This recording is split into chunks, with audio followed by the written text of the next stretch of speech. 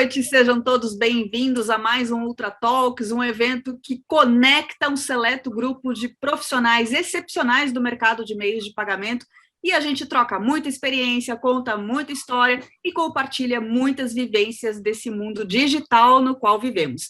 Quem nos deu a honra de estar conosco hoje é o Victor Dweck, Officer de Bank as a Service, desde 2014 no mercado de pagamentos e 3 anos no Bank as a Service. Boa noite, Dweck. Boa noite, Carol. Boa noite a todos. Um prazer tê-lo aqui conosco. Antes de passar a palavra para o Daniel Neri, sócio do Ultra Talks, eu preciso dar 2 breves e importantes recados e um agradecimento.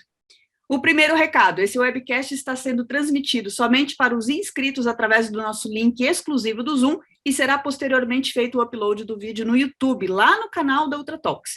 E hoje nós temos o apoio da Precatify e da Pagos.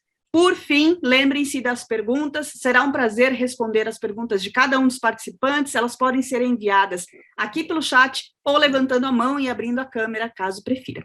Agora sim, Daniel, a palavra é toda sua, boa noite. Salve, salve, pessoal, tudo bem? Muito bacana ver um monte de gente conhecida aqui. Vitão, super bem-vindo. Ao Orli já entrando aqui, Cris Flor, que trabalhou comigo também. Um monte de gente bacana, super bem-vindos. Ao Márcio, super bem-vindos, pessoal. Vitor, vou abrir com uma pergunta meio praxe, assim. Eu te conheço sua trajetória, mas talvez algumas pessoas aqui não conheçam. Como que você veio parar nesse nosso mundo de payments, banking? Conta pra gente como que você chegou aqui. Bora, vamos lá. Primeiro, obrigado pela oportunidade, Daniel. Obrigado a todos aqui também do time do Ultra Talks. Uma oportunidade muito bacana aqui da gente poder compartilhar com vocês um pouco mais de conhecimento. Bom, eu sou o Victor Dweck, eu tenho 34 anos, sou o pai da Maria Luísa, né? Gosto sempre de reforçar isso antes de qualquer outra coisa. Eu sou pai da Maria Luísa, de 4 anos, prestes a fazer 5 anos. Sou um profissional já do mercado de pagamentos, como a Carol bem enfatizou, desde 2014. Né? Alguns de vocês com certeza têm a minha idade, por exemplo, de mercado, mas isso, acho que o quanto evoluiu desse mercado todo desde então, né? Desde 2010, mais ou menos, 2009 para cá, foi uma velocidade muito grande. Eu iniciei ainda como trainee lá na rede em 2014, foi aí que eu entrei nesse mercado todo de pagamentos e que eu fui conhecer a fundo como é que funcionava realmente uma adquirência, né? Então, foi aí que me despertou realmente um interesse muito grande de aprofundar bastante nesse mercado.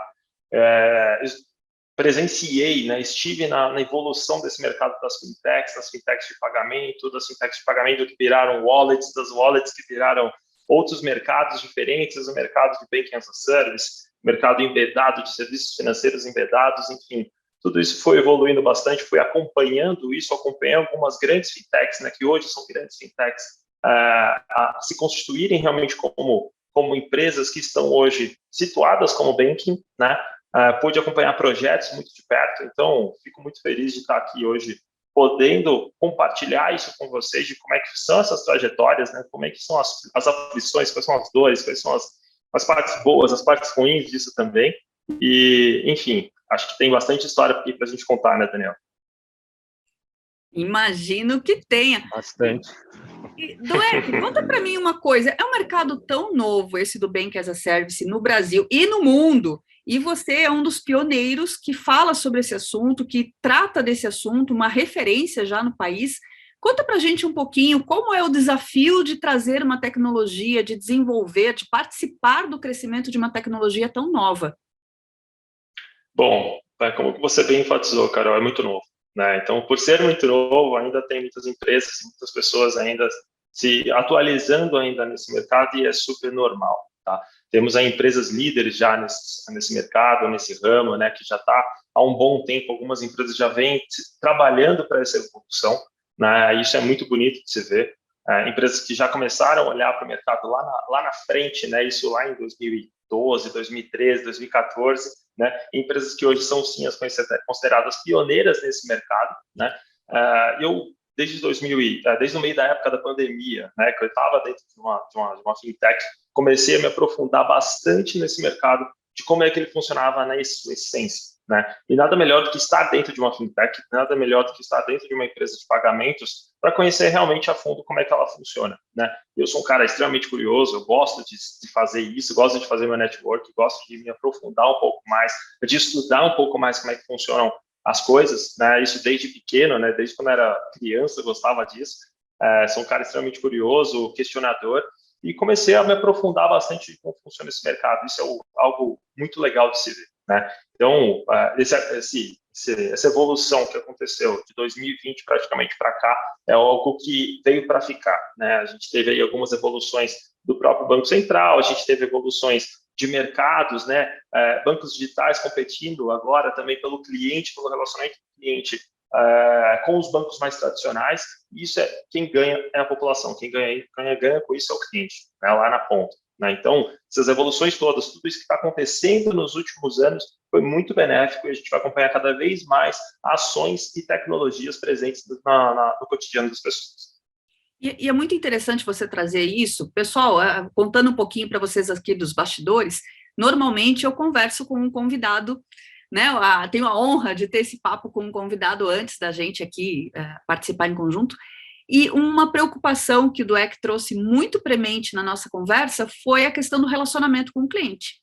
Foi a questão de justamente como o Banking as a Service ajuda, ele acolhe, ele participa de uma coisa muito maior do que a tecnologia. A gente acaba vendo a tecnologia como algo muito papum, né? Preto e branco, aperta o botão, é ou não é, deu certo ou não deu. E o Vitor trouxe aqui para a gente um papo muito bacana sobre relacionamento. Eu acho que a gente pode considerar essa como a base do Banking as a Service? Sem dúvida nenhuma, Carol. Conhecer o cliente ela é fundamental se você vai realmente entrar num assunto, numa pauta de Banking as a Service, né? O Banking as a Service ele vai muito além de uma conta digital, né? Esse é o primeiro ponto.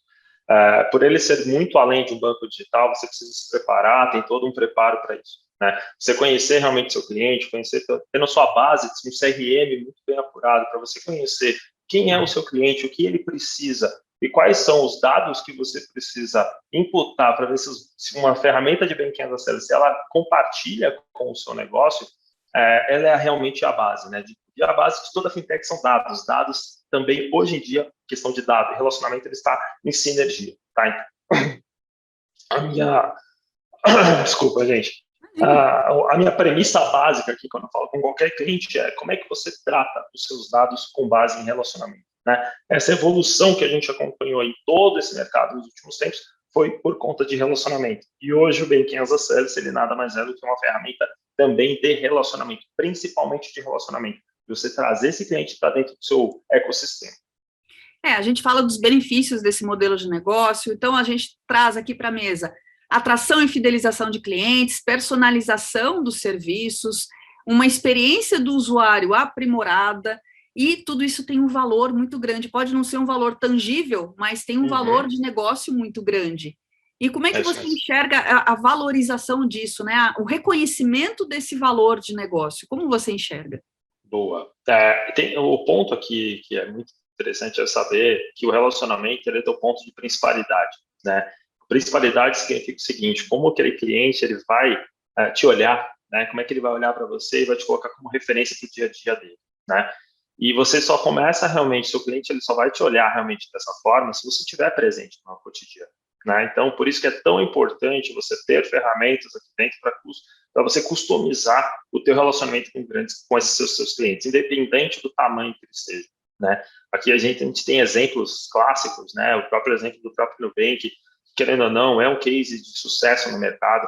O próprio Nubank, ele começou a tratar isso muito bem com seus clientes, né? Ele nasceu pequeno, ele nasceu com um propósito ainda bem enxuto no começo da jornada dele, e através dessa amostra de clientes que estiveram ali no comecinho da jornada deles, houve o crescimento dessa empresa, né? Eles olharam realmente qual que era a aflição, qual que era a dor do brasileiro, né? Principalmente na questão do onboarding, né? A questão de novas contas, e começaram a tratar realmente o melhor tipo de relacionamento, né? E hoje uma das bases desses bancos digitais é exatamente a experiência do cliente, né? Como é que ele trabalha essa experiência do cliente lá na ponta, como é que ele trabalha o relacionamento, como é que ele se relaciona, como é que ele fala de uma maneira automatizada, né, mas ao mesmo tempo particular, como é que ele trata aquela pessoa pelo nome. Né? Sim, e é uma coisa que a gente fica falando muito de fintech, Mas e as instituições grandes, como é que elas se posicionam quando a gente fala do Bank as a Service, né? Talvez elas percam já de cara terreno? Eu acho que não, né? Bom, eu represento o Itaú BBA, né? Eu sou o officer do Itaú BBA e há um tempo atrás, quando a gente olhou esses grandes bancos digitais, né? Esses bancos digitais surgindo, a gente começou a se preocupar um pouquinho com isso, sim, né?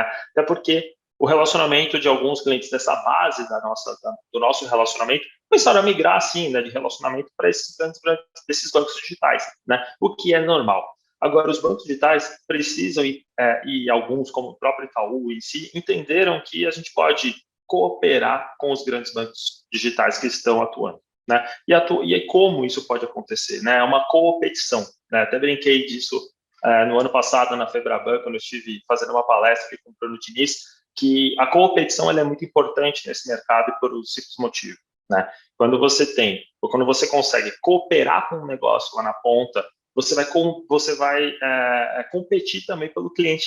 Só que quem ganha é o cliente. Ele está no centro atualmente. Ele que vai escolher por onde ele quer se relacionar. Independente se é uma pessoa física ou se é uma pessoa jurídica, né? E pelo cliente estar no centro, né? E são as grandes iniciativas do Banco Central, colocar o cliente no centro. O grande desafio é dar o melhor tipo de serviço. Os bancos grandes, eles têm um grande ativo, que é o quê? A questão de tecnologia, que é a questão de estabilidade, que é a questão de serviços, né? Isso, a segurança que o cliente tem hoje de transacionar dentro de um banco grande, ainda é um ponto de aculturamento do brasileiro, né? Eu preciso ter uma conta num banco grande, o banco digital me dá um pouco mais de questionamento sobre isso, né? Ou seja, porque ele é um banco, seja porque ele é um banco, né, digital, seja porque ele é uma ferramenta de crédito, né, uma fintech de crédito. Então existe ainda uma barreira cultural aqui dentro. Os bancos grandes conseguem fomentar negócios junto com essas fintechs que já estão ou iniciando agora ou já tem um tempo de mercado. Tá? Legal. Depois eu vou passar a palavra para o Orly. E depois eu quero mais alguns cases, se você tiver alguns nomes de instituições para trazer aqui para a gente. Claro. Eu acho que é muito enriquecedor esse estudo de casa, quase um estudo de casa, não é? Sim, com certeza. Aqui sempre é um estudo de caso diferente, né, cara? Agora eu vou deixar a palavra para o Orly, só porque ele estava em um lugar muito bonito no começo, não sei se todos repararam, mas tinha um palmeiras, tinha um pedaço de céu azul, olha aí, tá vendo? Que coisa boa, hein? Acho que seu microfone está fechado. Orly, abre para gente. Vamos ver. Opa, sorry. Foi. Tudo bem? Tudo bom com você? Tudo, como é que você está? Tudo bem. Então tá bom. Obrigadão pelo convite a todos aí. Vitor, eu quero agradecer a tua ida aí. Eu tenho uma série de perguntas. Fiquei muito contente quando o pessoal confirmou que você ia, porque eu já sentei nessa cadeira aí, então o pessoal me apertou bastante, então hoje eu vou devolver algumas, tá bom? Ótimo, vamos lá, Lee. Eu já tenho nessa cadeira. Eu represento a CM Software, que é um PSTI do Banco Central desde 98, na verdade, e também somos um PSTI aqui no FedNow, nos Estados Unidos. A gente também tem uma operação aqui que processa para... Claro que vai chegar lá em 4.000, 4.500 instituições financeiras aqui nos Estados Unidos também. E no Brasil a gente processa talvez o maior número de bancos que fazem BaaS. Talvez não tenhamos os maiores na nossa lista de clientes, mas certamente temos mais de 80 instituições financeiras que são, de alguma maneira, BaaS. Eu tenho analisado um pouco esse mercado, porque ele foi, de fato, um mercado que surgiu bem rapidamente nos últimos anos e é tipicamente um mercado de startup, ou seja, de buscar uma startup, de buscar uma... E fiquei preocupado, fiquei preocupado no sentido positivo, né? Fiquei curioso quando eu vi que o Itaú tinha lançado uma unidade de negócio para atacar. Eu disse assim, o que um banco grande quer nessa praia, né? Ou seja, porque tem várias variáveis que não deveriam trazê-lo para essa praia, né? Ou seja, ele tem várias barreiras também para enfrentar, né? E aí minha primeira pergunta começa aí: qual é o interesse do Itaú em brincar nessa praia? Ou seja, posso pensar que é reter a sua tarifação de serviços, que provavelmente está caindo em função dos neobanks estarem invadindo? Nem tanto quanto a isso. É uma pergunta de $1 milhão, então estou esperando o meu Pix aqui, Orly. Brincadeira. O meu bem aceita o Pix, tá bom? O fato aqui, Orly, que é o seguinte, existe uma nova lógica financeira acontecendo no mercado, né? O Itaú, ele é um grande pioneiro quando a gente fala de tecnologia, quando a gente fala aqui dentro do banco, de serviços que podem ser agregadores, tá? Para o mercado como um todo, né? O Itaú foi um dos pioneiros na questão, por exemplo, de aplicativo de banco, né? Tirar o cliente da agência e colocar dentro do aplicativo no celular, por exemplo, tá? São ações que o Itaú tem com um pouco mais de antecedência ao mercado, tá? E que chama atenção, sim, com certeza, quando a gente fala de um banco mais tradicional entrando numa pauta de banking as a service, tá? Isso incomodou um pouquinho o mercado, isso incomodou os demais concorrentes em si, que olharam para isso e também estão interessados em olhar para uma frente de base, né? Existe uma nova lógica financeira, voltando aí ao ponto que eu estava falando. Essa nova lógica financeira significa o seguinte: se eu consigo concorrer lá na ponta com o meu cliente, né, lá com bancos digitais, com os neobanks que estão lá na ponta, eu consigo contribuir com esse ecossistema também. Então, eu prefiro ficar dentro do ecossistema e rodando essas contas digitais com serviços, com microserviços que eu possa contribuir com ele, do que somente concorrer lá com o cliente lá na ponta, né? Então, eu ganho um canal hoje que o banco ele somente olha para um cliente final, né? Então, eu vou olhar para um relacionamento PJ, um relacionamento pessoa física. Agora, se eu tiver canais indiretos que possam contribuir na disseminação dos meus serviços, né? Serviço de abertura de contas, serviço de Pix, serviço de pagamento de contas, serviço de crédito, serviço de cartões, entre outros, né? Aquela velha prática de bancos, né, dos bancos em si, de olhar o cliente somente pelo relacionamento que ele tem com ele mesmo, eu acho que isso deve ter aí um término, né? Os bancos vão precisar olhar como é que eu me relaciono com o cliente lá na ponta, e ele pode ser de diversas maneiras diferentes, né? O Open Finance em si, ele dá poder para o cliente escolher por onde ele quer transacionar seu dinheiro, né? Agora, e se eu tiver já dentro do ecossistema dessa cadeia financeira, né? E se eu já estiver conectado nesses grandes bancos? Se esses outros bancos estiverem conectados comigo, né? Vou dar um exemplo clássico aqui dentro, tá, Orly? Alguns bancos, os bancos digitais em si, talvez eles não tenham hoje um timing para olhar convênios de pagamento de contas, por exemplo, né? Fazer convênio aqui dentro com prefeituras, entre outras. Por que não contratar isso através de um banco mais tradicional, né? Pagamento de contas. Então, esse é um dos exemplos que eu te dou, né? Mas existe uma dificuldade de abertura de conta direta no SPB do cliente, né? Então, qual que é o grande chamariz aqui dentro? Se eu tenho uma tecnologia e eu consigo escalar para além da minha funcionalidade como banco, eu consigo escalar para outros bancos digitais que estejam preparados para isso, né? E o Banco Central, ele vem cada vez mais trazendo mais robustez para esse mercado, né? Trazendo mais qualidade de serviços e exigindo que essas empresas que estão entrando como fintechs, como as fintechs, elas sejam reguladas também, né? Ela quer ter visibilidade sobre isso, né? São as ações, por exemplo, de instituições de pagamento, emissores de moedas eletrônicas, emissores de moedas eletrônicas pós-pagas, entre outras. Então,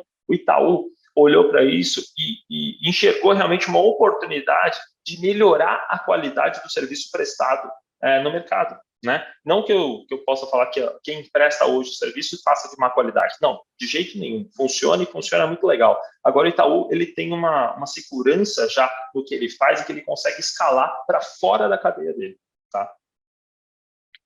Essa é um ponto bastante importante. Quando você assina com o sobrenome Itaú, evidentemente, você coloca um peso bastante grande, né, nessa questão, bem grande, por sinal. Tá? É o principal banco da América Latina, o principal banco brasileiro, privado brasileiro, ou seja, traz um endosso bem importante.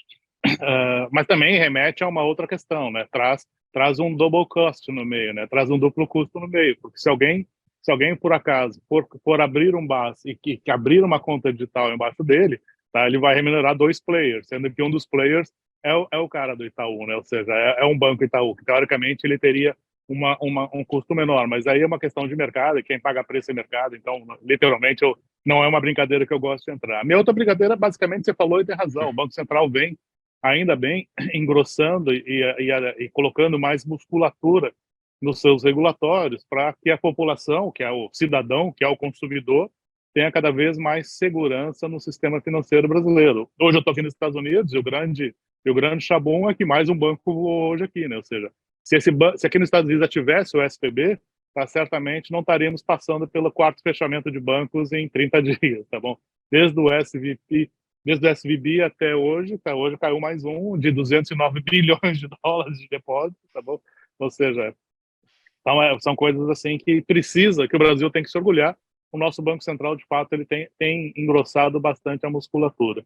Mas a minha outra pergunta também vem em função exatamente disso, né? Quando a gente abre Eduardo, quando a gente abre um BAS embaixo de não de um banco comercial com carteira comercial, que é a licença, por exemplo, do BBA Creditanstalt ou do Itaú, os dois são bancos comerciais, ou seja, a licença mais alta que existe dentro do país, tá? Geralmente, hoje, os provedores de base, eles são umas SCD, CFI, SCM, ou até IPs. Tá? O regulatório delas, tá, diz que todo o dinheiro acatado nessas contas digitais devem dormir no final do dia no Bacen, e isso coloca que qualquer risco a depositante tá absolutamente eliminado, porque não existe risco a depositante. Quando a gente coloca um banco comercial com carteira comercial no mercado, tá, a gente já fala de fundo garantidor. Tá? Então, quando a gente fala de um cliente dentro do Itaú, tá, evidentemente, esse cara está sobre a égide do Itaú, que é fundo garantidor, e não está sobre a égide da fintech. Tá? Evidentemente, o Itaú não vai cair, o Itaú vai viver 200 mil anos depois de nós dois. Tá? Mas a fintech a gente tem visto capotar pelas curvas algumas aí ao longo do tempo. Tá? Como é que você vai dar essa segurança de que ele não vai ter o 100% do depósito à vista lá e somente o depósito do fundo garantidor deste cliente? Nesse caso ali, por exemplo, quando a gente fala das funcionalidades base aqui dentro, né, e dentro do Itaú, a gente tem hoje uma IP dentro do próprio Itaú, que é a Itaúcard. A Itaúcard, ela é uma instituição de pagamento, assim como a rede também é uma instituição de pagamento já regulada, né? Então, nós temos aqui uma retaguarda aqui do meu lado, em que eu não vou utilizar o banco comercial, né? O Itaú, realmente, ali dentro, como a minha instituição, tá? Para o BAS em si, para algumas funcionalidades do BAS. Então, quando eu falo de plataforma hoje de base, no back-end de base, eu uso uma IP da Itaúcard, que hoje é a base e o esqueleto do IT, por exemplo, do IT, do Players Bank. Tá? Então, eu uso a minha IP para isso. Tá? Quando eu falo de base hoje de Pix indireto, eu vou falar de serviços mais on-demand, né? O serviço sob demanda ali dentro. A gente precisa de um serviço sob demanda, Pix direto, código digital, que pagamento de contas, entre outros. Então, são produtos menos sensíveis quando a gente fala da custódia de valores. Tá? E aí, quando a gente pega a questão de custódia de valores, as instituições de pagamentos reguladas, aí sim que elas precisam deixar o dinheiro, né, das contas em si lastreadas em títulos públicos, né, que é a tal da conta da Selic 28. Né? Toda IP, toda SCD precisa deixar esse dinheiro lastreado em título público. Né? Então, a gente tira um pouco desse qualquer instituição, banco. Qualquer instituição não banco. Exatamente isso. Tá, SCD, IP, entre outras, né? Quando eu falo das duas é porque existem as variantes aqui denominadas, mas o base em si, quando a gente fala Itaú BBA ou Itaú em si, a gente não fala somente do cliente que precisa consumir de uma API de extrato, por exemplo, para ter uma conta gráfica, né? Que aí sim ele entra nessa questão do FGC, enfim, entre outros dados, né? Mas quando a gente fala de clientes que precisam entrar num BAS, né? Ele precisa ter uma solução, ele precisa ter uma tecnologia por trás, ele precisa entender qual é esse regulatório, porque vai muito além de ter uma conta digital. Né? Ter conta por conta, você precisa entender se isso faz parte do seu ecossistema, se ele precisa disso como um todo. Né? E se precisa, você deve ser regulado ou você precisa estar abaixo de uma IP. Né? Existem algumas ofertas, né, de enablers, né, de facilitadores de BAS hoje no mercado. Né? Então, você pode consumir, alugar essa IP para você ter um banco digital. Ou você cria a sua própria arcabouço, você monta o seu Lego aqui dentro, para você ter a sua funcionalidade de base de uma maneira mais prática, né, lá para o cliente, lá na ponta, mais customizada e que você tenha acesso a esses dados, que é o grande chamariz para qualquer empresa de tecnologia, seja uma startup, seja uma fintech, seja uma health tech, entre outros. A base são os dados que dão realmente o melhor tipo de relacionamento para o cliente. Legal. Só mais a última, eu te libero, tá bom? Imagina, vamos lá. Em 2014, quando a então Dilma criou a lei das IPs, ou seja, para quem é impossível lembrar disso, mas isso nasceu em 2014, só veio a ser regulado em 17, 18, efetivamente. Criou-se aí o boom de fintechs. Começou ali perto de 15, 16, a Nubank entrou, inclusive, com um processo contra os bancos grandes, porque não queria fazer débito em conta dela, enfim, tem toda aquela história ali. Ela sai de barriga de aluguel, acho que ela estava no Votorantim, se não me engano, e aí cria CFI, parará. Todo esse processo foi vendido para a sociedade que as fintechs, de fato, o nome tech é porque elas tinham muito mais tecnologia do que os bancões, que eram muito mais letárgicos do que as fintechs para prover soluções ao gosto do cliente ou com a facilidade do cliente. Ou porque eram mais ágeis, ou porque eram mais slim, mais skin, ou seja, mais fit, tá? Ou seja, estavam mais próxima da demanda, não tinha que carregar token no bolso, chave daqui, chave daquilo, motoqueiro para isso, motoqueiro para aquilo, passa na agência, todo aquele processo que todo mundo reclamou e todo mundo leu muito sobre isso de 2014 até recentemente. Como que o Itaú pretende remover essa imagem que não é letárgica quando vai tentar ofertar serviço? Eu sei que eu fui colega do Cuoco, que foi superintendente e vice-presidente do Itaú durante muitos anos. Eu tenho 40 de profissão, então, e você 34 de idade. Então, como que o Itaú pretende remover isso da frente, de que não é letárgico, não é paquidérmico? Eu sei que não é, tá? Eu estou falando que isso eu tenho certeza absoluta que não é. É o estigma, né? Mas é o estigma que os bancões, Bradesco, Itaú, Santander, Caixa, até o Safra, sofrem desse mesmo rótulo de que as fintechs, e por isso chamam-se fintechs, que são empresas financeiras de alta tecnologia, são mais ágeis do que os bancões. Como é que você pretende remover essa imagem da frente? Bom, serviço eu sei que você tem, acesso eu sei que você tem, tecnologia eu sei que você tem, enfim. Mas o desafio que você tem é tirar esses 10 anos aí de rótulo de... Sem dúvida, né? Eu não estava errado, hein, Daniel e Carol? Eu não estava errado quando eu falei que eu tenho de idade e tem pessoas aqui que têm de mercado, viu? Então... nem cabelo tem mais. Seja bem-vindo, Vitão. Seja bem-vindo. Mas vamos lá, assim, tem uma parte que é o seguinte, eu já trabalhei em fintech, né? Passei metade praticamente desses últimos 9 anos aqui trabalhando em fintechs, e eu conheço as dificuldades que as fintechs têm, tá? Sendo bem sincero. E as dificuldades que as fintechs têm, os bancos grandes também possuem desse lado, né? E desse lado, a gente conta com um time de pessoas muito grande. Obviamente, você tem uma questão de burocracia, você tem questão de escala, de negócios, né? Não vou falar que eu sou um transatlântico, né? Isso daí é uma palavra que não pode ser mencionada dentro do Itaú, né? Que eu sou um transatlântico. E por que eu não posso mencionar que eu sou um transatlântico? Porque realmente aqui tem um time de pessoas muito forte e muito bem capacitada, né? E quando a gente pensa no negócio, a gente analisa realmente a fundo, né? Eu vejo isso como um ponto positivo do que é negativo, né? Eu demorar um pouco mais para implantar algumas tecnologias, para mim eu vejo como um ponto positivo, né? Porque as fintechs em si, elas precisam comprovar realmente para que elas vieram, né? Então eu preciso ser rápido, eu preciso agir rápido. Porém, agir rápido nesse mercado e falando de dinheiro, né, principalmente na questão financeira, você precisa agir com responsabilidade também, né? Então, eu dar um crédito hoje para o mercado, eu preciso analisar esse dado, eu preciso analisar esse cliente para saber se aquele cliente realmente ele tem uma capacidade de tomar esse crédito para ele não ficar em AD, né? Ficar devendo para o banco, né? Então, esse é um processo que a gente precisa pensar bastante, como é que a gente vai entrar. O próprio Itaú em si, ele demorou mais de 2 anos para entrar no BaaS, né? Não foi assim, instalando dedos, vamos entrar nessa? Não.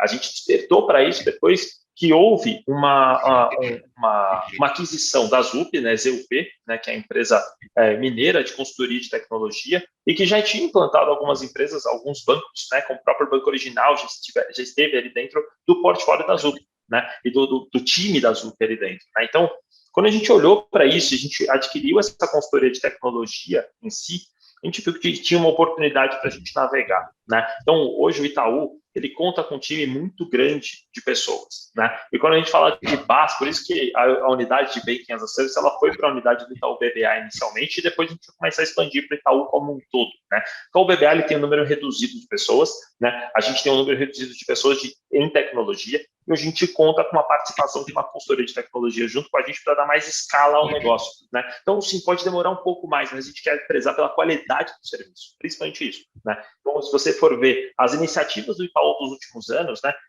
foram serviços que começaram a ser agregados e o mercado começou a olhar para isso e falar, opa, eu preciso fazer parecido com o que o Itaú está fazendo.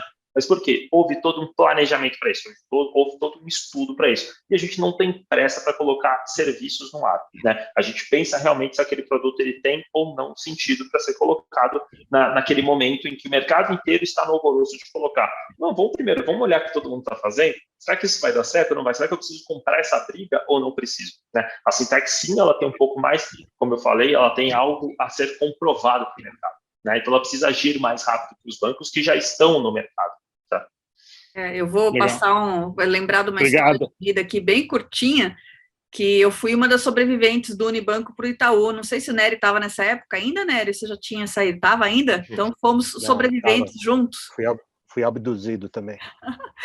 E eu lembro dessa característica cultural, que inclusive é uma coisa que eu queria falar depois, queria perguntar para você a respeito da característica cultural, pensando do lado dos contratantes de BaaS, mas a característica nós saímos do Unibanco, que era um banco que fazia, vai lá, testa, vai lá, põe para rodar, vai para o mercado, bora, né? E essa era uma coisa que a gente gostava muito de fazer, by the way, mas quando a gente chegou no Itaú, vamos ver primeiro vamos ver tudo, vamos ver se está todo mundo fazendo, o que a gente brincava que era banco de engenheiro, né? Que era uma coisa muito mais, vamos com calma. E o que a gente fazia com os faniquitos, né, Nery? Dava até tremedeira, não dava? Bom, eu gostava bastante até, Carol, porque minha formação original é engenharia, né? Então, assim, foi uma transformação bacana para a gente na época, mas, como você bem colocou, mudança de cultura, esse é o ponto principal, né? Os herdados sofrem, não tem jeito. Orly, muito obrigada pela participação, levante a mão sempre que quiser e nos deixe com inveja, tá? Fazendo essa reunião assim, no jardim. Obrigado pela oportunidade de participar, vou ficar na audiência agora, já monopolizei bastante, parabéns pelo convidado, domina bastante o assunto, tem acompanhado sim, parabéns mais uma vez, estou aqui na audiência, um abraço. Imagina. Valeu. Luiz Carlos, conte-nos, qual é a sua dúvida, qual é seu ponto, pode contar tudo. Victor, a dúvida é sobre sua percepção de mercado, eu queria perguntar sobre o outro lado da moeda, da pergunta de Orly. As fintechs têm um foco muito centrado em tecnologia, em geral. Só que você colocou para o mercado de BaaS uma série de requisitos de foco que não é só tecnologia. Na sua percepção, o mercado, quem oferece, principalmente as fintechs, quem oferece esse serviço no mercado, está preparado para oferecer mesmo? Tirando a questão da tecnologia, em linhas gerais, esse serviço está bem ofertado no mercado? Pergunta capciosa, hein, Dueck? Agora você vai ter que colocar alguns nomes que a gente pediu ali no comecinho. Agora é a hora. Olha, eu vou te falar, assim, não existe uma unanimidade, tá? Não existe uma unanimidade nesse mercado. Acho que todos os players, independente se ele é o mais pioneiro, né, se ele foi o primeiro a entrar nesse mercado de BaaS, ou se ele é o último a entrar nesse mercado de BaaS, né, trazendo solução de tecnologia, todos eles passam uma dificuldade hoje, que é realmente deixar mais estável a sua plataforma e deixar mais linear, tá? Mais seguro e mais linear, né? Vou dar, assim, a Carol está pedindo realmente alguns exemplos interessantes de mercado aqui dentro, mas existe toda uma evolução que aconteceu nesses últimos tempos e que essas empresas estão cada vez mais procurando deixar o seu sistema mais estável, né? A estabilidade nos serviços, as estabilidades nas suas plataformas, né? Então, o mercado hoje ele sofre um pouquinho com isso, né? Como é que ele traz essa experiência, essa expertise um pouco maior, sendo que a tecnologia muda, o regulatório muda, todos os dias tem alguma coisa muito nova, todo dia tem um ataque hacker, todo dia tem alguém realmente tentando fazer algo diferente, você precisa se aperfeiçoar, você precisa correr com diversas frentes diferentes para você deixar a sua plataforma, deixar a sua base preparada para qualquer tipo de coisa, né? Isso tanto nas fintechs quanto nos bancos, tá? E até mesmo nas empresas que são softwares, né? Os softwares da service, dentro os SaaS, que existem nesse mercado, né? E aí eu vou dar alguns exemplos de SaaS que existem no mercado, né? A própria Matera, a própria Doc, a própria Pismo, são empresas que já são referências nesse mercado quando a gente fala de core bancário, né? Que são aquelas empresas que estão no centro, é ela que precisa ler todos esses dados aqui dentro, né?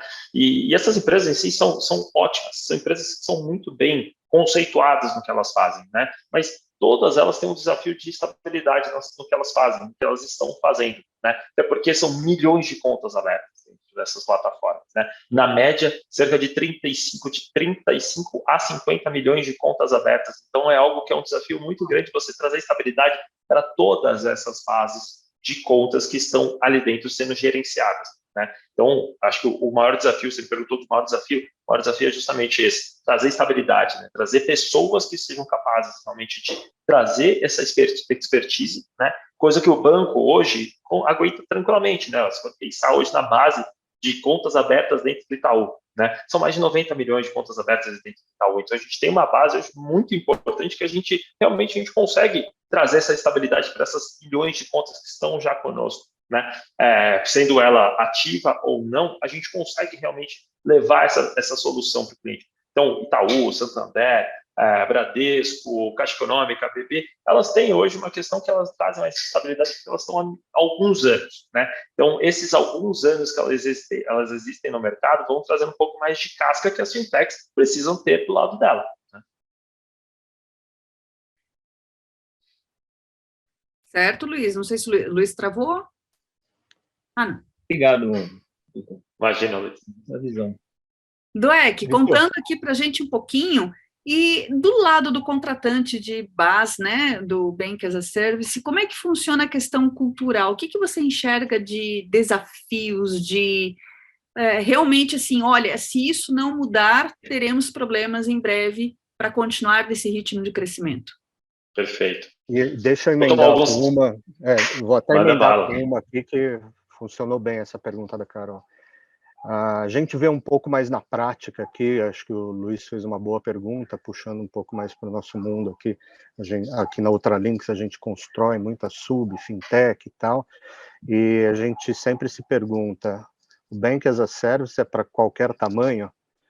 E tenho outros amigos aqui do mercado também, que a gente sempre discute, puxa, legal, mas você assinou um contrato hoje para um supermercado, uma rede gigante, não sei o quê. E os pequenos? Tem espaço para esses caras, né? Porque assim, ele tem que ter na cabeça que ele não vai ser um banqueiro digital. Mas como você bem colocou no começo, tem que fazer parte do ecossistema. Hoje tem uma frase bonita, embedded finance e tal. Então, conta essa parte aí para a gente, já emendando com a pergunta da Carol. Boa, vamos lá. A questão, existe uma barreira cultural interna, né? Existe um trabalho intracultural, né? nas companhias, independente do tamanho delas, tá, né? Independente do tamanho. Uma empresa pequena, ela pode ter tanta principalidade, né? Para a conta digital, para uma solução de BaaS, quanto um grande varejista que está entrando nesse mercado para poder reter clientes, tá? Eu vou dar, tem exemplos clássicos aqui dentro, né? Alguns FDICs montam suas contas digitais, montam suas soluções de Banking as a Service para poder dar mais visão para esse cliente, dar mais uma solução para os seus clientes que estão dentro dos seus FDICs terem uma solução de uma conta digital, né? Então, esses grandes FDICs, né, FDICs têm aí cerca de 1.000 clientes, 2.000 clientes, ele prefere que o cliente transacione dentro da solução dele, né, do que ele tenha um banco mais tradicional, do que ele vai enviando dinheiro e fazendo cash in, cash out dos seus valores ali dentro, tá? Então, os FDICs, por exemplo, eu dou um exemplo de FDICs, porque esses exemplos, eles são muito bons, eles já estão espalhados no Brasil, né? FDICs de Santa Catarina, FDICs de Porto Alegre, de São Paulo, do Nordeste, enfim, do Norte e Nordeste, eles trazem uma solução mais intrínseca para o seu cliente. E subadquirentes também, né? Vou fazer um paralelo aqui de subs, né? As subadquirentes, elas têm um poder muito maior, às vezes, porque ela tem uma atuação mais regional, né? Eu vou dar um exemplo aqui dentro, né? Existe uma subadquirente que está no norte do país, né? E essa subadquirente que está no norte do país, ela tem uma principalidade, ela tem uma importância tão grande lá dentro para esse público, que a referência é exatamente a solução dela de pagamento, né? E não a rede, e não a Stone, não a Cielo, não, porque porque essa subadquirente ela está no dia a dia, né? E essa solução de banking, por exemplo, como ela está no dia a dia, né? Como é que ela se relaciona com o cliente? Ele prefere realmente colocar todas as suas quantias, todo o seu financeiro para a gestão desse banco digital do que propriamente dentro de um banco mais tradicional, né? Então, existe uma questão de aculturamento, existe uma questão de cultura aqui dentro, que é o seguinte, quando você conhece o seu público, né, quando você conhece o que você precisa realmente, você vai atrelar uma solução de banking as a service. Tá? Os exemplos de grandes varejistas, né? Eu estava falando isso com a Carol também. Os grandes varejistas ou redes de postos de combustíveis, né? O Abastece Aí. O Abastece Aí, ele começou ainda muito pequeno, né? Se a gente for lembrar, vamos recuar um pouquinho, né? Vamos pegar o nosso VHS, porque é na época do VHS ainda, né? Eles tinham o quê? Um cartão, né? O Ipiranga tinha um cartão. O cartão Ipiranga, ele trazia uma série de benefícios. Principalmente, o combustível era mais barato, né? Se você pagava com seu cartão de crédito, dava um prazo de pagamento diferenciado. Isso era muito bom. Isso é uma solução embedada, não? O Embedded Finance já estava ali, só que em outros nomes, né? Uma solução de cartão de crédito, né? Então, ok. Quando ele começou a evoluir, ele passou a ser uma wallet, né? Uma wallet de pagamentos, uma carteira digital de pagamentos, em que o cliente colocava seu cartão, tokenizava seu cartão, e ele podia fazer um pagamento por ali e ganhar pontos, e ganhar cashback, ou dar um valor mais baixo para aquela transação que ele tinha ali dentro do combustível dele, né?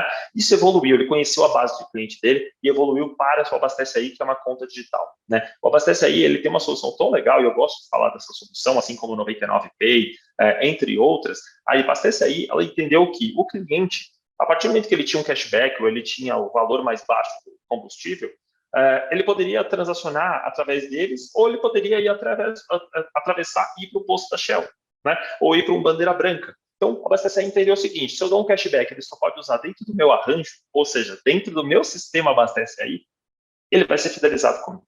Tá? Por isso, de novo, entra novamente na falta de relacionamento. Como é que ele se relaciona com o cliente dele? Como é que ele coloca o cliente no centro e esse cliente está inserido dentro desse ecossistema? Tá? Então, o cliente nem vai olhar muito pelo valor que ele está pagando o combustível, mas quanto que ele está acumulando de cashback para poder utilizar dentro de uma outra posto. Ipiranga novamente. Né? Não consegue usar fora disso. E além disso, poxa, eu coloco dinheiro para render, entre outros. Então, existe essa estrutura e esse estudo, né, para que esses players entendam que não é somente uma questão de ego, né, não é somente uma questão de quero ser um banqueiro. Né? Ser um banqueiro é uma dor gigante. Ter uma solução de base, e eu falo isso para todo cliente, ele é um eterno prejuízo no seu DRE. Tá? No seu balanço financeiro, ele é eterno prejuízo. Mas entendendo que você você precisa se estruturar ao máximo que puder, se estudar, né, esse mercado, entender o seu cliente, ele sai dessa linha de prejuízo e vira uma linha de receita de longo prazo. Tá? Então, essa questão de cultura que eu falo, né, esse aculturamento, é tirar um pouco mais dessa barreira em que o base ele é somente uma conta digital, o base é porque eu quero virar um banqueiro, né? Mas o base é porque a minha empresa necessita daquilo e ela precisa expandir os negócios dela, tá?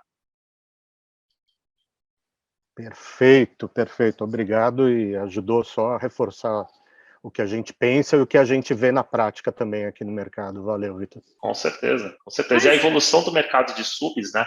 Ela passa exatamente pelo mercado de base, né? Pelo mercado de soluções de banking as a service, soluções embedadas, né? Soluções financeiras embedadas.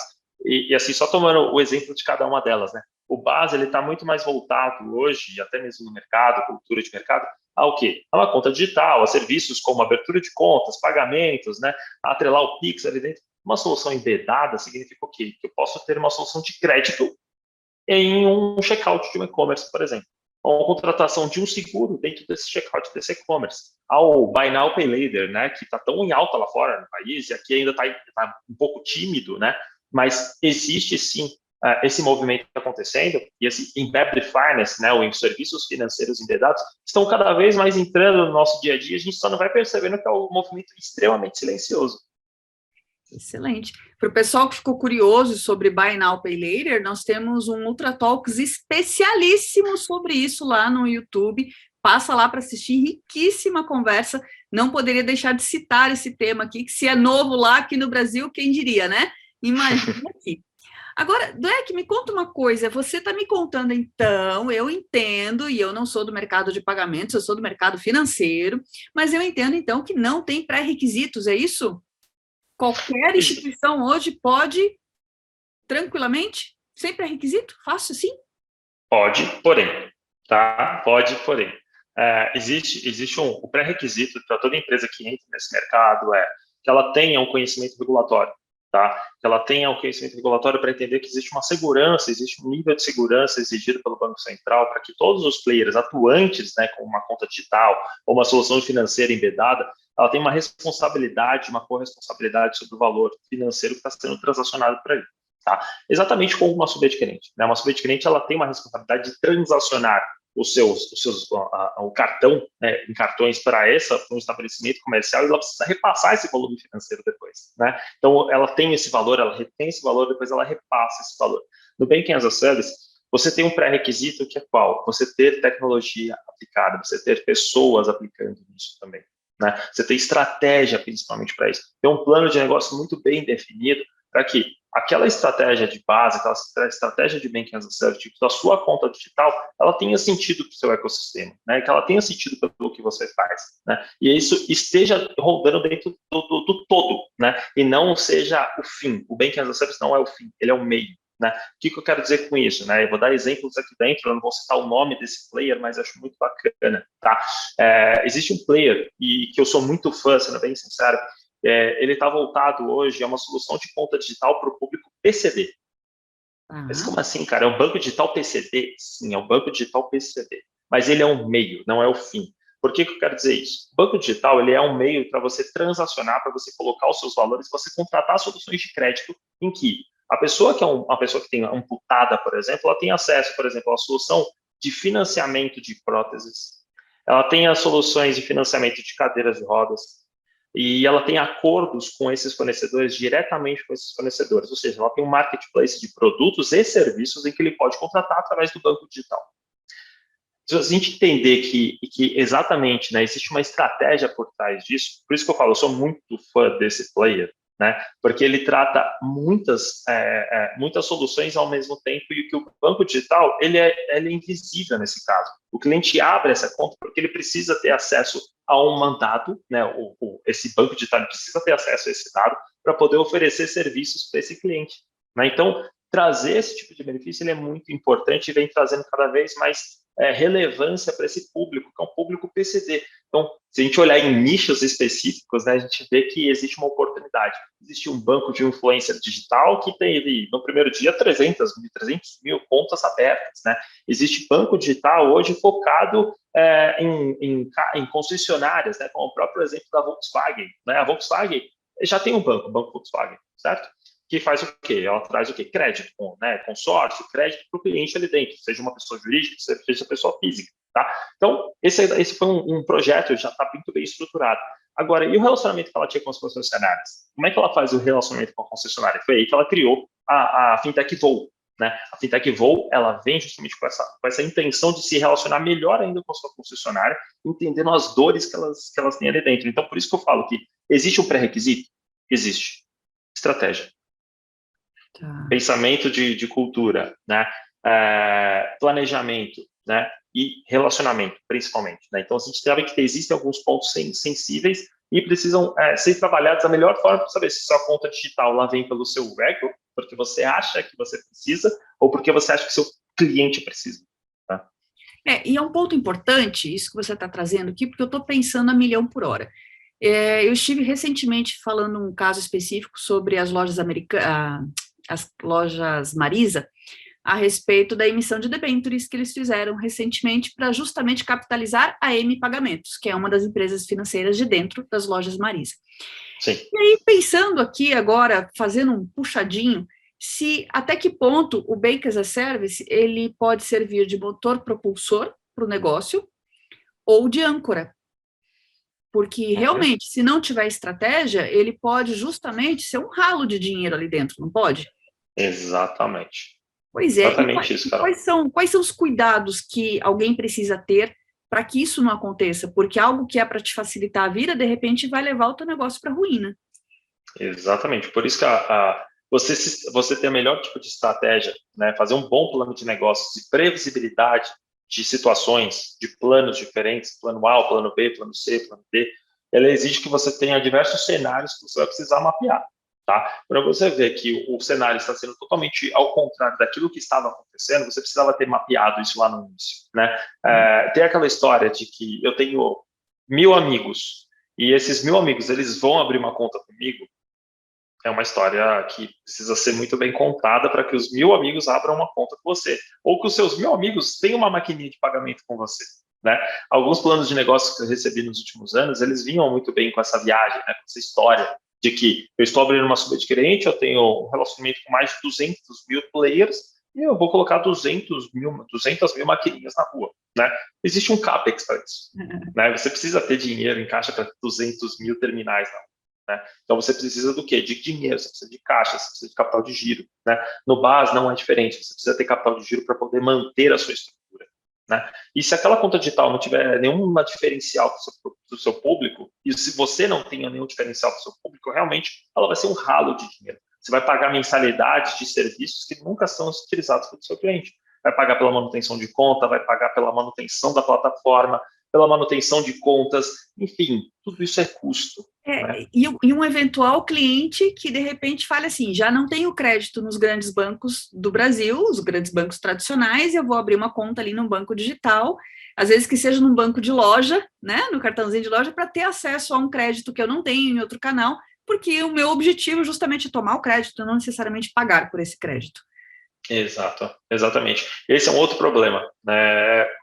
Existe algumas iniciativas já rolando de várias empresas que compartilham, por exemplo, qual que é o rating desse cliente, né? Como é que funciona esse rating? Qual que é o risco desse cliente de eu dar um crédito para ele?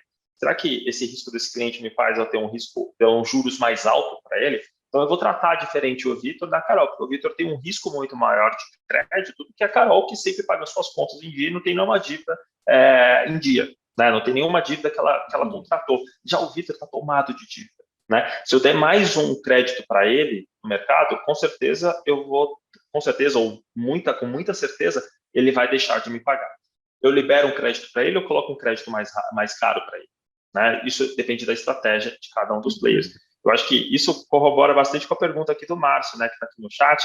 Ele falou, o pessoal que contrata a base está fazendo dinheiro? Alguns estão fazendo dinheiro, tá? Alguns estão fazendo dinheiro, por quê?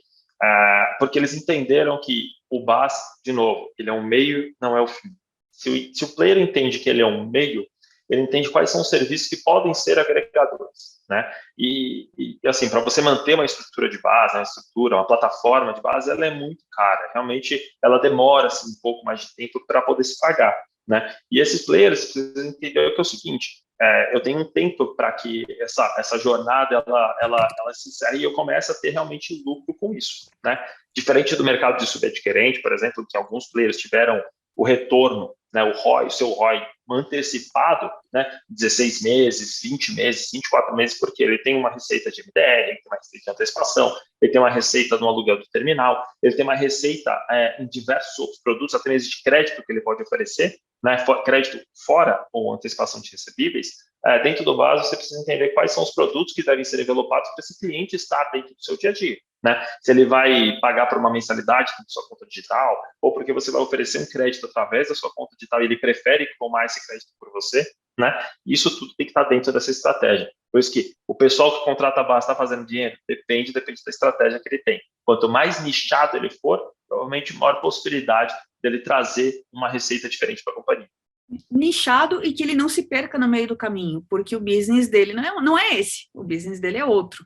Né? A gente trouxe aqui você trouxe o exemplo do Posto Ipiranga, a gente conversou da C&A, nós conversamos, né, de outros varejistas aqui, que a gente acabei de falar das lojas Marisa, por exemplo, e hoje em dia, você acha que eu posso fazer uma provocação bem, assim, para dizer que talvez isso seja uma modinha?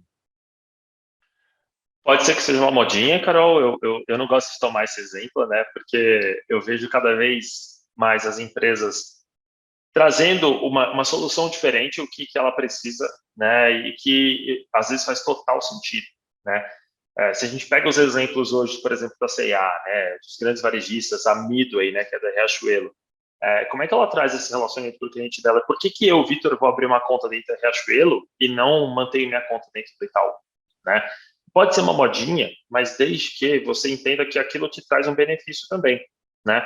Para o cliente, tudo há um benefício. Para o cliente, ele sempre vai entender quais são os meus benefícios de ter uma conta digital através desse varejista, desse supermercadista, desse atacadista, desse varejista de moda, né? Poxa, se você está no dia a dia, se você sempre compra esse varejista, nada mais justo que você abrir uma conta com ele e você ter um benefício, né? O Mercado Livre é isso, né? O Mercado Livre ele tem o Mercado Pago. O Mercado Pago, cada vez que você paga através do Mercado Pago, né, fora da instituição do Mercado Livre, você ganha pontos, você aumenta a sua pontuação ali dentro, né? Então, quanto mais você interage com a plataforma, fora até mesmo do Mercado Livre, você tem aí um ganho marginal interessante para o cliente, pessoa física, e até mesmo pessoa jurídica que tem uma solução de pagamento com eles, né? Então, é tudo, de novo, é uma questão de olhar o seu cliente e como é que eu consigo trazer ele para o dia a dia, né?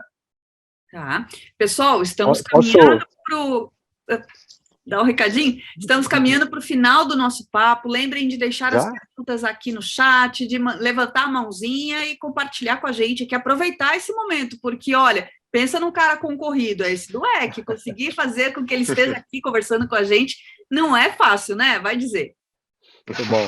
Posso tentar ajudar também com essa pergunta, Carol? Eu penso, sabe, assim, esse negócio de modinha, e acho que vai ao encontro também das subs, credenciadoras que a gente pegou, elas bem no começo e tal, e talvez não seja o melhor exemplo, tá, mas assim, a melhor analogia, mas eu vejo meio como assim, aquela espuma, sabe, que você chacoalha, tal, cara, aparece um monte, né, o copo fica cheio, tal, lotado, e aí vai decantando, vai abaixando, e vão ficar os bons, né, os órgãos reguladores estão subindo a régua, então as subcredenciadoras que entraram, que nem eu montei uma em 2015, que eu só abri um CNPJ, isso não existe mais. Hoje você precisa ter diretor de compliance, né? E a mesma coisa se transfere para as fintechs, para Bank as a Service, para as outras, que a régua está subindo, e vão ficando os bons. Né, os bons, ou que tem uma estratégia bem definida, uma geografia, um nicho, alguma coisa. Então eu vejo assim que meio que brinquedo novo de criança ainda, sabe? Você tem um monte de coisa tal, e agora, agora ficou sério. E está custando dinheiro. E está custando dinheiro. A gente vê os números, né, Daniel? Quantidade de subadquirentes que a gente tinha em 2017 até 2019, 2020, era um número exorbitante de subadquirentes que estavam no mercado. Sejam aquelas que estavam abaixo de enablers, né, que as fintech enablers, né, que aí explode o número, a gente até perde a quantidade, até mesmo aquelas que estavam sendo reguladas, né, que as bandeiras tinham de contrato assinado, né? Era uma listagem ali, você vai rodando páginas, você vai vendo cada nome diferente, né? E aquilo até é engraçado, existe nome até de Animal Pay, né? Um Animal Pay. Então, eu achava até muito engraçado isso, porque, enfim, você está querendo se comunicar de uma maneira diferente, você está querendo colocar uma solução diferente, né? E esse foi o mercado de meio de pagamento dos últimos anos, né? E agora, do base, a gente sim está vendo essa bolha, né? Uma bolha de base, uma bolha de empresas entrando nesse serviço e querendo mastigar um pouquinho disso. Só que, como a gente bem colocou aqui dentro, os órgãos reguladores cada vez mais apertam o cerco para que essas empresas sejam mais profissionais e exigem a qualidade, né? O compromisso de compliance, o compromisso de segurança, né? Porque é o dinheiro que roda dentro da sua instituição. Inclusive, minha dica para todo mundo, né? Quando você olha para abrir uma conta digital em um banco que você não conhece, né? Verifique se a empresa só está sendo regulada no banco central.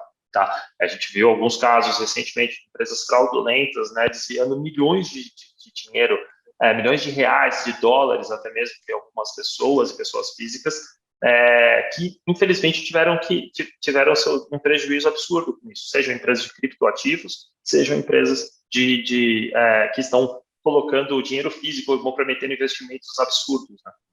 É isso aí, pessoal, é só entrar no site da CVM e na lupa que tem dentro do site da CVM, você digita o nome da empresa e vão ter todos os dados lá. Ou nada foi encontrado. E aí já liga o ponto de alerta. Exato. Muito bom, Carol. Gabs, conte pra gente. Bom, prazer, né? Eu trabalho em uma subadquirente, né? Sou da parte aí de marketing, gestão de pessoas, facilities, etc. E a gente está desenvolvendo aí essa parte do BES, e a gente quer poder entender bem, né? Você falou sobre o público grande, que é o PCD, né? Não é, a BES não é o público, o PCD, mas você consegue me dizer quais outros públicos que são grandes dentro aí desse negócio? Queremos nomes, Dueck, queremos nomes. Queremos nomes. Eu não posso te dar nomes, que alguns eu tenho eu tenho um NDA com algumas empresas que, infelizmente, eu não posso citar o nome delas, tá? Mas eu vou dar exemplos, por exemplo, a gente tem um público hoje LGBT, né? Desculpa, a gente tem um público gays, lésbicas, trans, assim, são as minorias em si, que estão ganhando voz, né? Que tem uma voz muito ativa no mercado e elas precisam de soluções que estejam aderentes a elas, né? E por que isso é tão legal de ser levado em consideração, tá, Gabs? Tem um processo que é o seguinte, alguns bancos ainda não entenderam como é que elas se relacionam, como é que um gerente se relaciona com um público que precisa ter uma maneira diferente de se falar, né? E aí tem uma questão aqui, uma barreira, né, que algumas empresas precisam quebrar um pouco mais agora, é da maneira que ela se relaciona e como é que ela fala com o seu cliente, né? Então, esse é um público, né? O público que exige que tenha uma maneira diferente de ser comunicado, né? Seja até mesmo por religião, né? Então, religião, estou falando público de igreja, o público, eu sou judeu, por exemplo, não vai ter um banco judeu, existe o Safra, né? Então, já estamos muito bem aqui dentro com o Safra, brincadeiras à parte aqui dentro, né? Não existe um banco para uma religião, acho que todas elas são respeitadas por todos os bancos, né?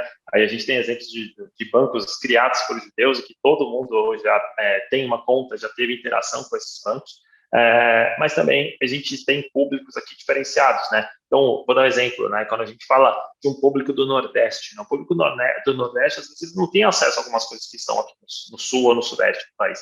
O público sulista, ele é um público extremamente regionalizado, né? Ele gosta de se relacionar com empresas que estão no Sul. Então, por isso que as cooperativas lá ganham tanta relevância, tanto quanto uma empresa que já está mais tradicional no Sudeste, no Norte, no Nordeste do país.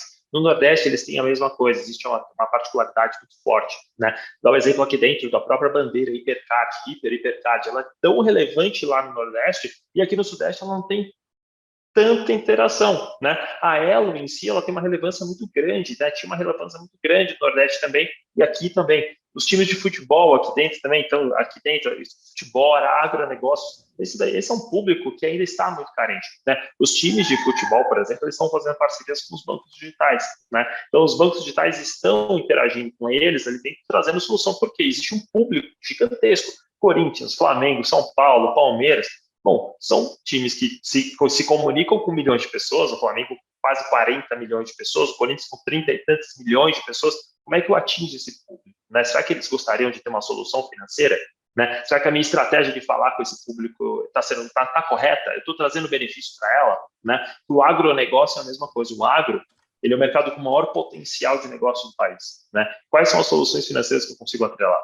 Né? O mercado de intracadeia. Qual é esse mercado de intracadeia? Né? Você está falando, por exemplo, eu gosto de dar muito exemplo dos atacadistas. Né? Os atacadistas, eles estão no centro. Você tem um relacionamento com fornecedores, com distribuidores, com pessoas físicas, pessoas jurídicas. Você tem um relacionamento com diversas interlocutores diferentes, né? E esses diversos interlocutores diferentes, eles trazem aqui um relacionamento diferenciado. Como é que eu consigo me relacionar com um distribuidor? Tão bem eu consigo me relacionar com um fornecedor também.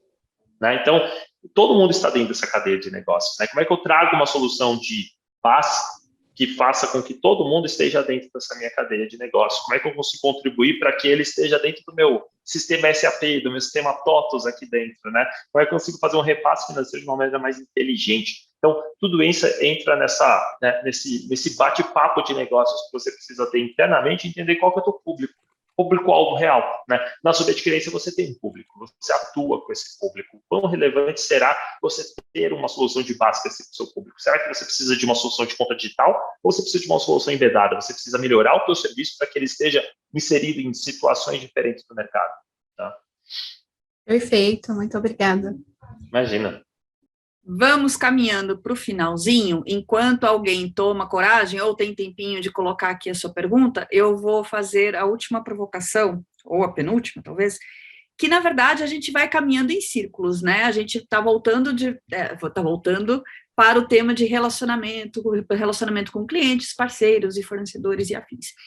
Eu fiz uma pergunta aqui, escondidinha para o Nery, e o Nery me jogou na fogueira. Ele falou assim, pode perguntar. Então tá bom, vou fazer uma pergunta de leiga. Aqueles aplicativos que a gente tem que validar as ofertas cada vez que a gente vai na loja. Então eu vou no Pão de Açúcar, no Saint Marché, no Cobase, no Pets, seja lá onde for, já contei aqui os meus principais lugares, olha que vida triste a minha. Somos dois. Aquilo a gente pode resumir como uma tecnologia Bank as Service, porque faz parte de todo o sistema. Está correta a minha visão? Mais ou menos. Hoje você fala de uma solução como essa, de uma solução de relacionamento, um programa de loyalty, né? Os programas de loyalty, tal como o Livelo, tal como o antigo Múltiplos, né, que a Latam agora ela mudou o seu conceito, DOTS, entre outros, eles trazem um conceito mais de loyalty, de fidelidade, né? O conceito de fidelidade é um conceito de embedded finance, um conceito de serviços financeiros embedados, né? Então, quando eu trago uma jornada de pagamento diferenciado, quando eu faço uma tokenização do meu cartão e eu tenho benefício por pagar pelo aplicativo daquela loja, né? E não ter uma conta bancária daquele cliente. Às vezes tem, né? Vai Às pagar vezes com tem. o cartão Pets, vai pagar com o cartão da loja. Exatamente. Isso é uma solução embedada, uma solução financeira embedada, né? Então, esses clientes, eles estão falando o seguinte: eu não quero que esse cliente eu não quero ter a custódia de valores desse cliente aqui dentro que estava colocando grana, né? Eu não quero ter uma estratégia abastecer aí. Eu quero ter uma estratégia Shellbox, por exemplo. Eu gosto de dar esses dois paralelos diferentes, né? E por que é tão importante isso daqui? Quando eu falo de uma estratégia abastece aí, uma estratégia em que eu tenho a custódia desses valores, eu tenho que trazer um valor muito grande para esse meu cliente, né? O que eu vou trazer de diferencial para ele, que ele vai colocar dinheiro dentro dessa minha conta bancária? Será que não é melhor eu fazer com que ele tenha o cartão tokenizado e eu tenha dados suficientes sobre esses clientes, a segurança para tokenizar todos esses cartões e que ele faça uma compra de uma maneira mais ágil dentro do meu aplicativo, em que ele vai conhecer as bases de dados dele, qual tipo de produto ele precisa consumir meu? Será que eu posso fazer uma parceria com um fornecedor e falar assim, é o seguinte, eu tenho 1 milhão de cartões tokenizados comigo, né? Eu vou dar um exemplo aqui dentro de como acontece isso, tá? Eu tenho 1 milhão de cartões tokenizados dentro da minha base, tá? Desses 1 milhão de cartões tokenizados, eles fazem compra recorrente, 40% da minha base faz compra recorrente aqui dentro do meu aplicativo, né? E desses 40%, aqui dentro eu tenho uma base muito boa, aqui dentro que faz compras através, pelo fornecedor, pela Pedigree, né? Dá um exemplo do Cobase, que eu também tenho um cachorrinho aqui em casa. Então, eu sempre compro Pedigree. Pedigree é o seguinte, você quer fazer uma ação comercial com todos esses meus clientes que compram Pedigree e aquela base que não compra Pedigree, você tem interesse de falar com elas, né? Então, existe um benefício muito grande de você atrelar esses dados todos, né? E que eles trazem muito mais valor para você, sendo uma solução embedada do que propriamente uma solução de base, né? Uma solução de banking as a service, e uma solução aqui dentro que fala de conta digital, né? Então, eu vou trazer mais a minha solução de pagamentos, eu vou falar mais de subadquirência, eu vou trazer mais dados de que esse cliente esteja dentro da minha cadeia. Muito legal. Puxei, a Gabs falou ali de marketing, eu já fui para o outro lado, falei, deixa eu falar disso também, porque eu não deixo de me sentir um pouco vigiada, sabe? Nos hábitos de consumo, nas compras, na frequência, isso como cliente final me deixa um pouco desconfortável. Não sei se é neura minha, pode ser também. A Juliana deixou uma pergunta aqui no chat, que a gente pode terminar com ela. E, claro, se puxar algum gatilho aqui, por favor, não se inibam, é que a gente tem um pouco de receio de passar muito do tempo, porque a gente sabe que o tempo é precioso, tem gente com criança em casa, tem gente cansado, vamos lá, né? Dweck, você falou muito sobre estratégias de soluções embedadas. Poderia falar um pouco sobre estratégias dos portais developers? Qual o potencial de negócio desses canais enquanto lojas de APIs? São grandes canais indiretos de distribuição de serviços, principalmente serviços financeiros, tá? Então, essas lojas de APIs, né, esses grandes marketplaces de serviços, né, que são esses portais, eles distribuem de uma maneira indireta e dão acesso, né, para que algumas empresas entendam que existem soluções para o que você está procurando, né? Eu esqueci agora o nome de algumas desses portais de developers, que são muito importantes na cadeia de negócio, porque se você pegar, às vezes, um analista ou um especialista de negócios, quando ele vai procurar a solução, ele procura diretamente nessas lojas de APIs. Se eu tenho a minha solução ali, que já está embarcada e que consigo escalar de uma maneira mais ágil, e ela está dentro de uma loja de API, por exemplo, eu ganho um ótimo canal direto de distribuição dos meus serviços. Tá? Por isso que, assim, eu vejo um potencial de negócio muito legal desses canais, são muito importantes mesmo. Ele é importante para a cadeia, ele é importante para o público desenvolvedor, né? Eu, Vitor, não sou público, por exemplo, eu sou um cara mais comercial, mas existe o público de desenvolvimento, o público de programação. E esses sim fazem total a diferença, tá? Legal. Pessoal, mais um tempinho aqui para quem tiver a última pergunta, mas eu já vou dizendo a todos que vocês podem se conectar e entrar em contato com o Victor Dweck no LinkedIn. Seu perfil é Victor Dweck mesmo, né? Exatamente. LinkedIn, Instagram. Eu sei que no Instagram você vai ver muito mais coisas da minha filha, mas é normal aqui. No LinkedIn eu falo muito mais sobre o mercado, dou notícias ali dentro de coisas mais rotineiras, né? O que está sendo discutido pelo Banco Central, enfim. É muito legal me conectar com vocês, me conectar com todos vocês, tá? É isso aí. Podem me adicionar sem problema nenhum. E o Dweck deixou algumas sugestões riquíssimas em termos de leitura, de livros, de filmes, de séries. Aqui a gente pode depois pensar em como divulgar para todos, caso vocês queiram receber por escrito, ou eu posso contar aqui. De livros a gente tem do Brasil Fintech, é isso, Dweck? Brasil Fintech de uma conhecida minha, que é a Maresca Tiveram, né? Inclusive hoje foi anunciada por um grande escritório, né, de assessoria jurídica, fico muito feliz por ela. O Brasil Fintech, ele fala exatamente de histórias práticas de pessoas que estão no mercado financeiro, né? E principalmente as mulheres, né? Isso, a representatividade feminina nesse mercado, ele é muito grande, eu fico muito feliz por isso. Eu sou pai de uma menina, né? E eu quero muito que ela tenha esse futuro como uma pessoa, um agente de mudança nesse mercado, tá?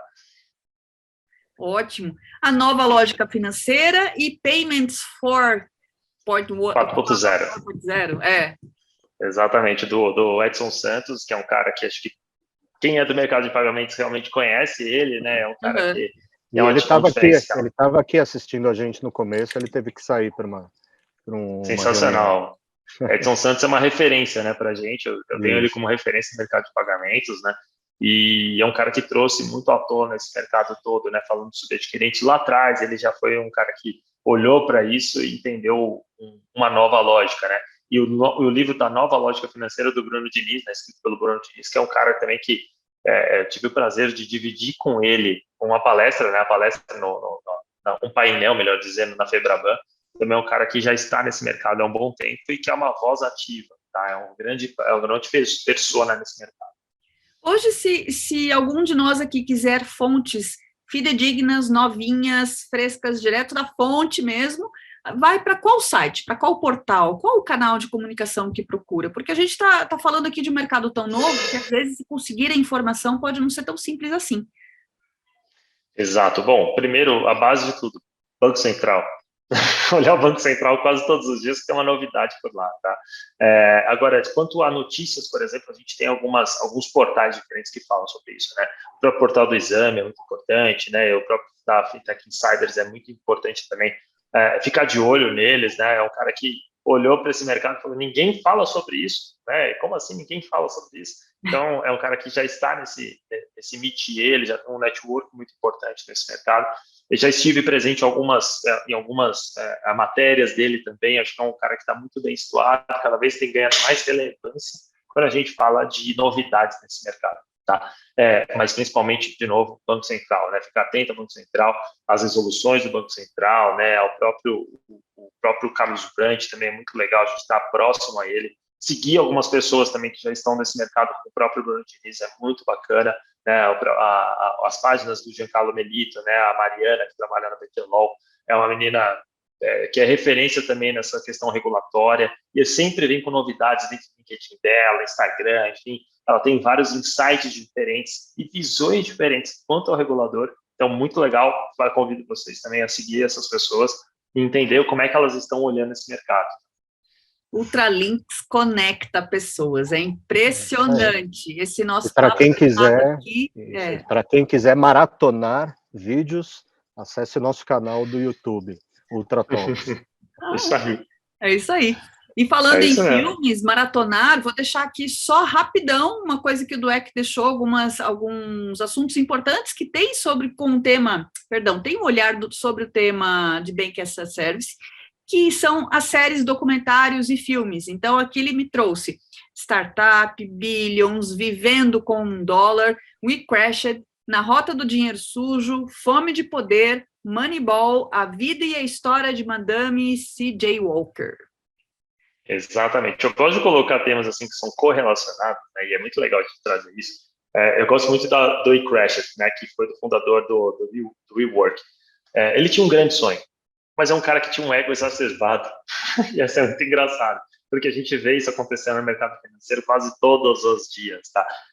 Não que isso é coisa, não é que é algo ruim, não, muito pelo contrário, você precisa ter seu ego, você precisa deixar sua característica, sua marca ali presente, mas precisa saber o poder da escuta, né? Escutar as pessoas, escutar os negócios, escutar as pessoas, entender que o seu negócio ele não é para sempre, né? E você precisa ter responsabilidade com o dinheiro do seu investidor, né? Que é algo que ele arriscou muito, ele começou a arriscar, até que alguém teve que intervir e tirar ele do negócio que ele mesmo criou. Né? Foi algo muito parecido que aconteceu, por exemplo, com a Apple na época do Steve Jobs, né? O Steve Jobs foi tirado do meio do processo, mesmo ele sendo o rosto, a cara da Apple, e depois teve que voltar para o projeto, justamente porque perdeu a característica da empresa. Então é uma coisa que de vez em quando eu fico pensando como vai ser o futuro da empresa. Eu ainda acho que ela ficou órfã, ficou sem uma carinha. É verdade. Mas a Apple em si, ela sobrevive ainda sem fundador, né? Ela vive hoje em dia, enfim, né? O próprio Steve Jobs, quando ele faleceu em si, ele deixou um legado muito interessante, que o legado dele é o design, né? O legado que ele deixou foi o design e como é que ele se preocupa exatamente com a questão do design sobre o seu serviço, sobre o seu produto, né? Ele é um produto requisitado por milhões de pessoas, né? É o produto mais vendido do mundo, né? O hardware mais vendido do mundo são os da Apple, né? Tanto o fone da Apple quanto o celular, né? Que é o próprio iPhone, enfim, os produtos em si eles são muito bem disseminados por aí. Exatamente, Tim Cook está tocando muito bem a Apple, isso é verdade, né? Ele sabia exatamente como era a característica do próprio Steve Jobs. Não, ele não é a cópia do Steve Jobs, ele é muito diferente do Steve Jobs, ele tem uma visão mais financeira do negócio, mas as pessoas que estavam com ele, principalmente ligadas ao design, entenderam que a empresa precisa ser movida a isso, a experiência do seu usuário, a experiência do seu consumidor. É isso aí. Meus queridos, encerramos esse Ultra Talks com muita riqueza de conteúdo, com muita informação importante e até alguns nomes que a gente conseguiu aqui sutilmente arrancar. Não, nem tão sutilmente assim. Gostaria de agradecer a todos pela presença, pelas interações, pelas perguntas, pelas participações e nos vemos no próximo Ultra Talks. Esse conteúdo ficará no nosso YouTube, passe lá, assista, reveja, conecte-se e aproveite, porque esse é um grupo fechado, não é aberto para todo mundo, porque aqui a gente fala de conexões altamente relevantes de personalidades e nomes do mercado que entendem realmente do que estão falando. Realmente é uma aula, uma palestra do EC, eu agradeço em nome de todos nós aqui. Foi um prazer conhecer você e entender mais sobre o Bank as a Service. Muitíssimo obrigado pelo convite, Carol, obrigado pelo convite, Daniel, Miro, Luiz Carlos também, pela todo o acompanhamento que vocês fizeram comigo nos últimos tempos. Agradecer também a alguns amigos que eu vi aqui na lista de participantes que estiveram aqui, o Anderson Vera, o Fabrício Sag, que é meu vizinho daqui da região do Vale do Paraíba. Mandar um abraço para a Pedrina também, que eu conheço a Pedrina Braga, né, que é de compliance ali da Logbank. Enfim, algumas outras pessoas que eu vi aqui também, infelizmente elas não estão agora, né, aqui no final, mas agradecer a todos vocês aqui por comparecer e dar uma moral interessante aqui para a gente, né? Isso é bem importante isso para a pessoa que está aqui palestrando. Legal. Maravilha. Beijo, boa noite a todos. Obrigada, boa noite. Obrigado.